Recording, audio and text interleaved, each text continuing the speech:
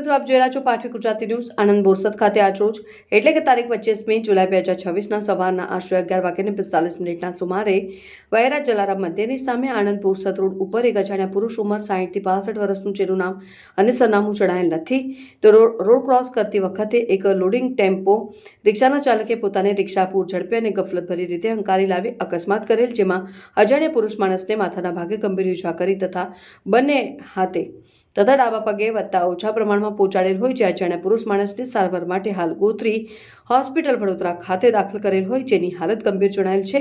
આ સાથેના ફોટોમાં અજાણ્યા માણસને બોલાવતા હોય તો આ નંબર પર સંપર્ક કરવો. Bharatbhai, head constable, Kavitha beat 9574 2423 અને 94. PSO Borsad rural police station 6359626490.